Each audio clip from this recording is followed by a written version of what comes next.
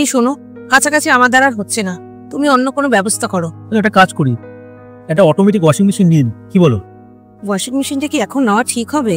এমনি এত খরচা, কোথা থেকে নেবে ওয়াশিং মেশিন? আরে সেটা তুমি আমার উপর ছেড়ে দাও, আমি দেখছি কিভাবে নেওয়া যায়। আলটিমেটলি তোমার প্রবলেমটা তো সলভ হবে। শোনো না, একটা কথা বলি, আমাদের যে কাজের মেয়েটা আছে ওকে তো আমরা 2000 টাকা দিই, আরো 500 টাকা বাড়ি দিয়ে বলবো কাপড়টা যেন ওই কেচে দেয়, কি বলো?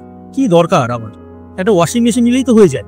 ও যদি কোনোদিনও না আসে তুমি নিজেই করতে পারবে তাহলে। না না, ওয়াশিং মেশিন কিনতে হবে না, অলরেডি 2-3টে ইএমআই চলছে, এর মধ্যে আবার আরেকটা, কোনো প্রয়োজন নেই।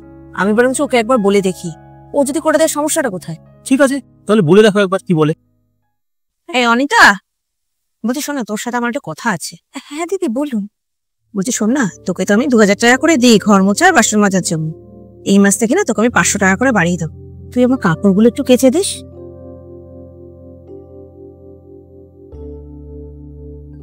ঠিক আছে দিদি, তাহলে আজকে থেকে এটাই শুরু করে দে, ওখানে কিছু জামা কাপড় রাখা আছে, তুই একটু কেচে ছাদে মেরে দিস, ঠিক আছে? আচ্ছা দিদি।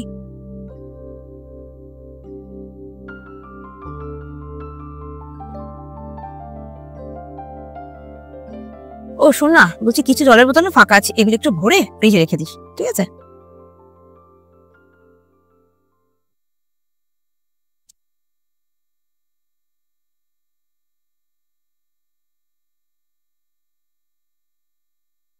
কি হলো, মুখটা একটু খারাপ মনে হচ্ছে?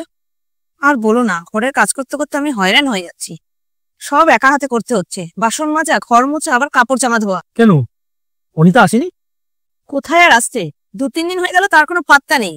আর আমি একা একা ঘরের কাজ করে করে পাগল হয়ে যাচ্ছি। দেখেছো, মাইনেটাও বাড়িয়ে দিলাম, যাতে ঠিক মতো সবকিছু করে। এদের জন্য যতই করবে না, কোনো দাম পাবে না। সে তো বুঝলাম, কিন্তু তুমি কি ওকে একবার ফোন করেছিলে? ওকেও ফোন করেছিলাম, ওর বাড়িতে অনেকবার ফোন করেছিলাম, কেউ ফোন ধরেনি। নমস্কার। নমস্কার। বলুন।